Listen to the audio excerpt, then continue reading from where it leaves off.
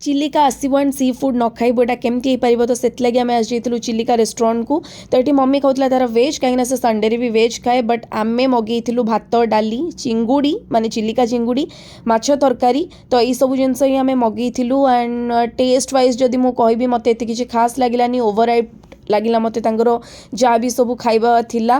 तो प्राइस हिसाब से ठीक थिला कहीं चिंगुड़ी प्लेटा से मैंने 500 रुपीज़ नहीं थिले अराउंड 10 to 12 पीसेस से मैंने देइथिले बट मत फ्रेश लगिलानी चिंगुड़ीटा माछ ठीक ठाक थिला खाइबा बिल्कुल गरम नथिला मते लगिला सेमती माने आगुरु ही कुक करिकि से जिनस गुड़ा रखाई।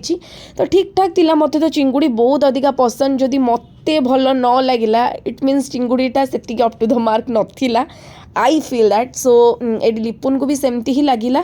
तो ये आम जहाँ भी थिला खाइबा को तो नष्ट करिया कथा नुहे तो से लगे आम खिया पिया सबू सारी सारा पर बाहरी आसलु आम नेक्स्ट डेस्टिनेशन पाई। तो ये आम आज जाइलु कार पाखक तो कुआड़े आम नेक्स्ट जाऊँ से लगे आपण मैंने वेट करूँ मोर नेक्स्ट मिनी ब्लॉग को। तो चल